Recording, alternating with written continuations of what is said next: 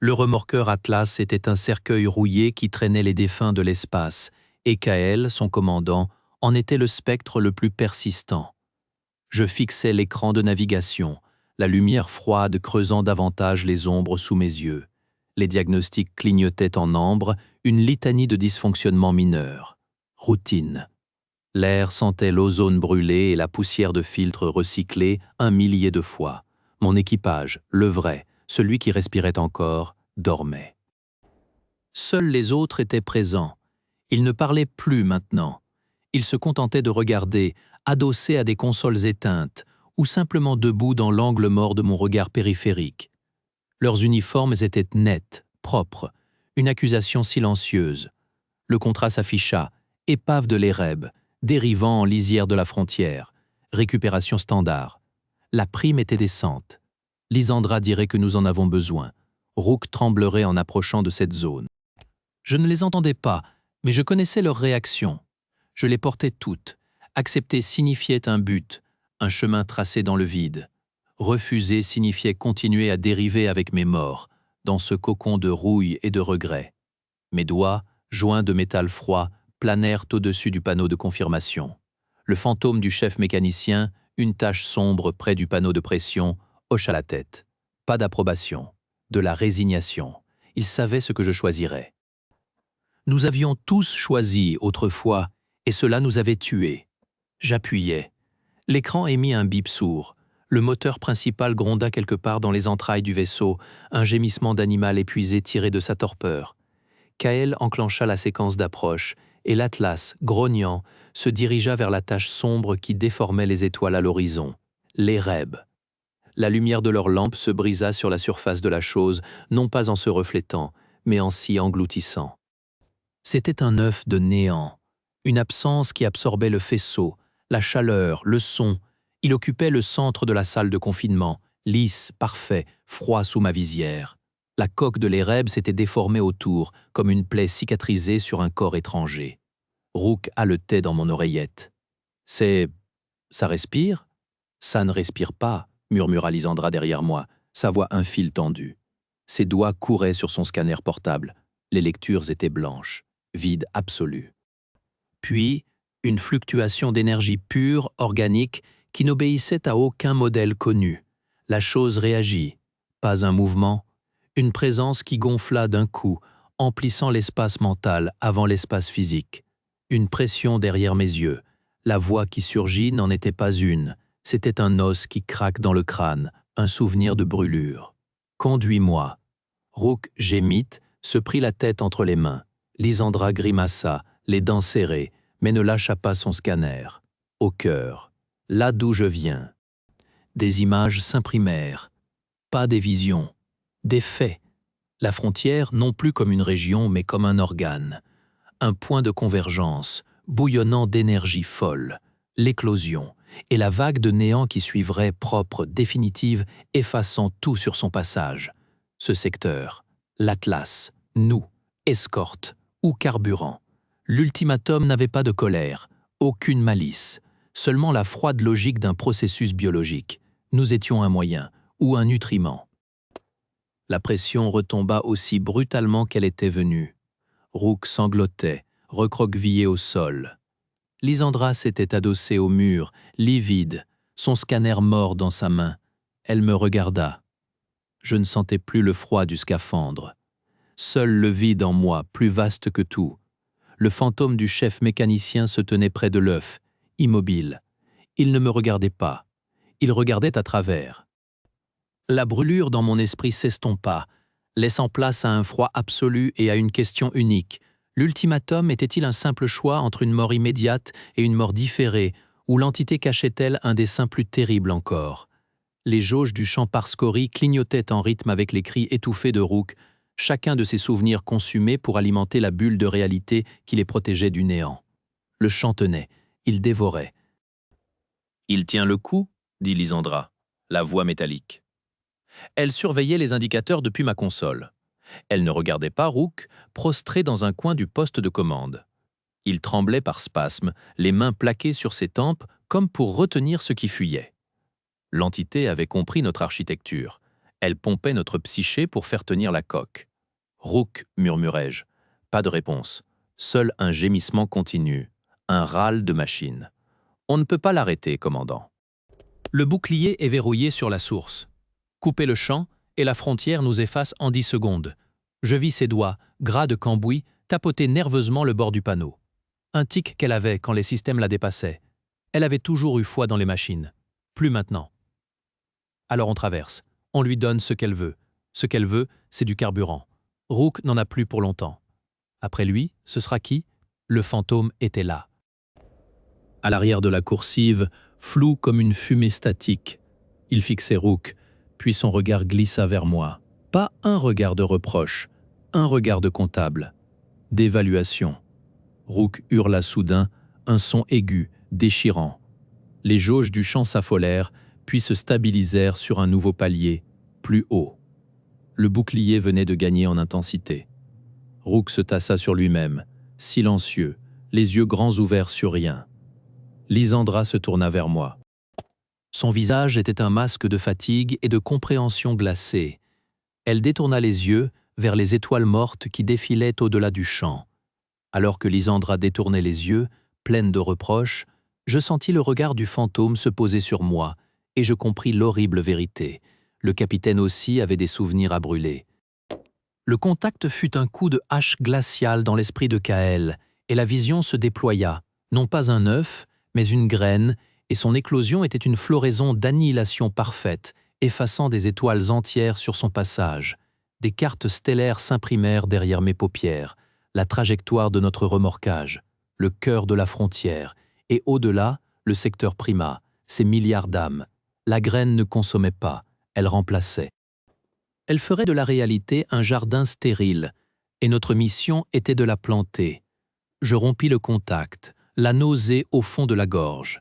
Lysandra lut la vérité sur mon visage. Ses mains, habituellement si fermes sur les commandes, tremblaient. « C'est une arme », murmura-t-elle. « On nous a payé pour livrer une arme. » Rook gémissait, recroquevillé. Ses yeux, vitreux, fixaient le vide. Il avait dû intercepter l'écho de la vision. Trop pour sa psyché déjà fissurée. « Rook, ne regarde pas », ordonnai-je, la voix rauque. Il se leva. Un mouvement trop fluide, mécanique. Son regard glissa sur moi, plein d'une horreur sans fond, puis vers la trappe d'accès au puits du réacteur principal. « Ça brûle tout, hein, commandant ?» Sa voix était un filet. Tout ce qu'on est, tout ce qu'on regrette. Il bondit avant que je ne puisse bouger. La trappe claqua. L'alarme de confinement du réacteur hurla, couvrant le son de son corps percutant le plasma surchauffé.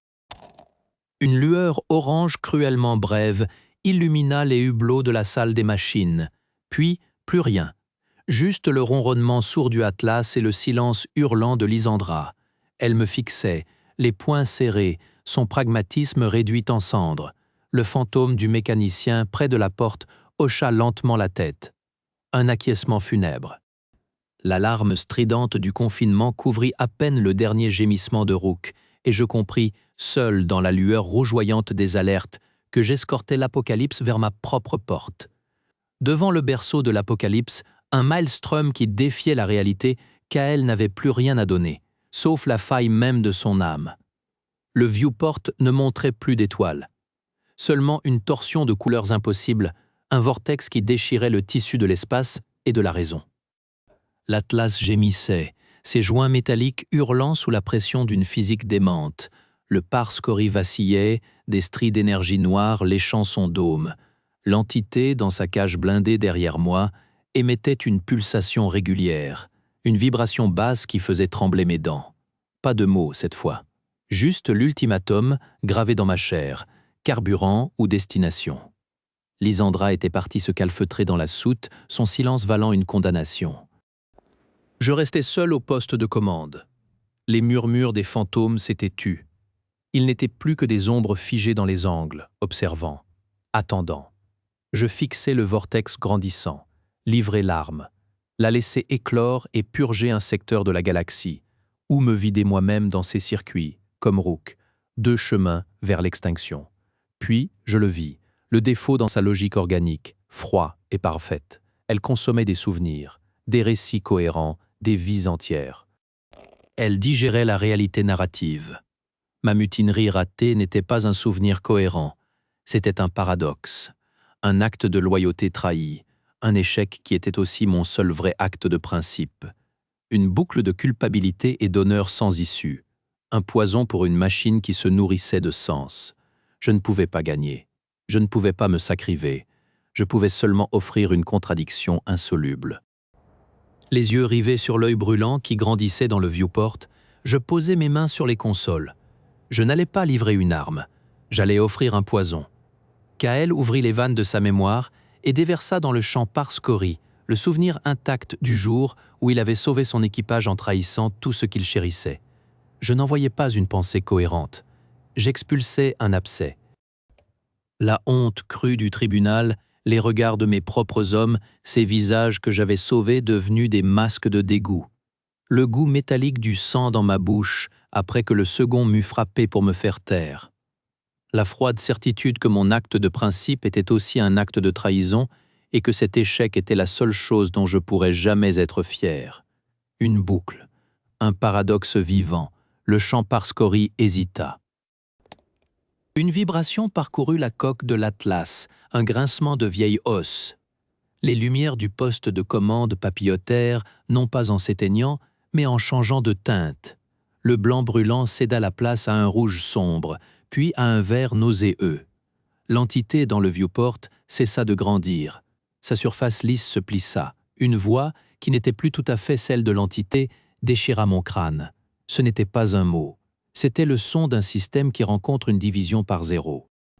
Un grincement de fondation qui se fissure. Le champ se mit à pulser, irrégulier, chaque battement rejetant une gerbe d'étincelles psychiques. Je vis des fragments de mon propre souvenir se refléter dans la distorsion. Mon insigne arraché, la porte de la cellule qui claquait, le silence radio du secteur Prima que j'avais condamné au silence par mon échec. L'entité tentait de digérer la scène, mais la logique fuyait. La loyauté et la trahison occupaient le même espace. C'était du poison. Le faisceau de l'amarrage magnétique se mit à vibrer si fort que j'entendis le métal gémir dans les entrailles du remorqueur. L'épave de l'Ereb tressaillit. Puis, dans un silence soudain et absolu, le faisceau se rétracta d'un coup sec. L'œuf de néant fut éjecté. Il ne partit pas en explosion. Il implosa, aspiré par les courants chaotiques de la frontière. Sa lumière se déchira en filaments pâles, s'étirant, s'amincissant, jusqu'à se dissoudre dans le non-temps du vide. Il n'y eut pas de bruit, seulement la disparition d'une pression constante contre mon esprit. Le champ Parscori s'effondra. Les alarmes de l'Atlas hurlèrent, vraies celles-là, signalant une brèche dans la coque là où le faisceau s'était rétracté. Je tombais sur les commandes, les mains agissant d'instinct, mise en route des scellements d'urgence, renvoi de la puissance au moteur de traînée. L'Atlas, gémissant, entama sa lente rotation pour s'éloigner du cœur de la frontière. Dans le couloir derrière moi, les murmures cessèrent. Je me tournai. Les ombres aux limites de ma vision s'étaient figées.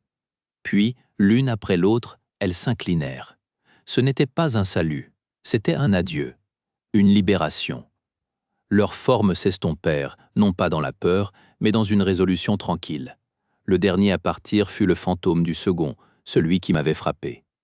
Il me regarda, et pour la première fois, son expression n'était pas accusatrice. C'était un regard d'homme épuisé. Puis il se dissipa, emportant avec lui le dernier écho de rire dans les conduits. Ils avaient trouvé leur port. Les heures qui suivirent furent un travail de machine. Colmatèrent les brèches, stabiliser les systèmes. Le poste de commande sentait le métal brûlé et l'ozone. Ma propre odeur, celle de la sueur et de la peur séchée. Je vérifiai les scanners de vie, une formalité, ne m'attendant à rien. Le signal clignota, faible, provenant de la baie de stase médicale. Je trouvai Lysandra dans son caisson, les indicateurs vitaux dans le rouge pâle mais stable. La stase l'avait préservée, juste assez. Son visage était lisse, libéré du pragmatisme brisé que j'y avais vu la dernière fois. Je l'extirpai du caisson, la portai jusqu'à l'infirmerie. Elle ne se réveilla pas, mais sa respiration était régulière. Le contact de son poids contre moi était le seul point de réalité dans un monde de cendres. Les jours du retour furent silencieux. La frontière, désormais, n'était plus qu'un phénomène météorologique étrange au viewport. Ces turbulences ne parlaient plus. Lysandra reprit conscience au deuxième jour. Elle ne parla pas de Rook. Elle ne parla pas de l'entité. Elle se leva, vérifia les réserves, m'apporta un rationnel sans un mot. Son silence n'était pas un reproche, c'était un constat. Nous étions les survivants. C'était notre seul point commun désormais. L'épave de l'Ereb était perdue. Le contrat annulé. Nous n'emportions qu'un vaisseau endommagé et un vide différent. Le troisième jour, Lysandra parla. Elle se tenait devant le viewport, les mains dans le dos, regardant les étoiles redevenues normales. « Le champ, dit-elle, il fonctionne encore. Je vérifiais les consoles. Elle avait raison. Le champ Parscori était actif, mais ses lectures étaient étranges. Il ne tirait plus d'énergie psychique. Il fonctionnait en circuit fermé, alimenté par la trace résiduelle du paradoxe que j'y avais injecté. Une boucle d'énergie autoréférentielle, stable mais froide. Il protégeait toujours le vaisseau, mais il n'avait plus besoin de nous. C'était une machine qui s'était guérie en incorporant sa propre maladie. Il est corrompu, ajouta-t-elle, mais fonctionnel. Une nouvelle espèce de bouclier. Je hochai la tête. Le champ était devenu le reflet de mon acte, une défense bâtie sur une contradiction insoluble.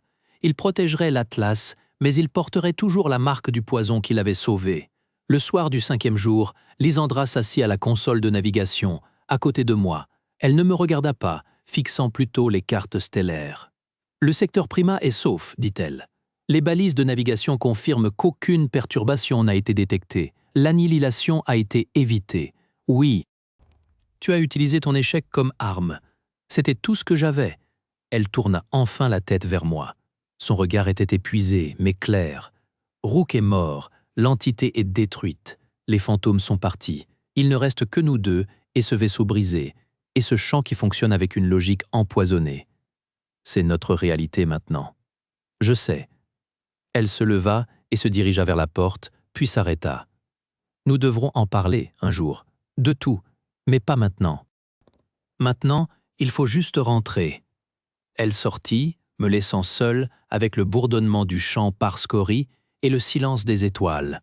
Les semaines qui suivirent furent une lente reconstruction. L'Atlas répondait toujours aux commandes, mais ses blessures étaient profondes. Lysandra et moi travaillions côte à côte, réparant ce qui pouvait l'être, contournant ce qui ne pouvait pas l'être. Nous ne parlions pas du passé immédiat, nous parlions des systèmes, des trajectoires, des réserves. Un langage technique qui nous tenait à flot. Parfois, la nuit, je sentais encore la pression derrière mes yeux. L'écho du paradoxe. J'avais exposé la faille la plus profonde de mon âme, et elle était maintenant gravée dans les circuits du vaisseau. Ce n'était pas une guérison.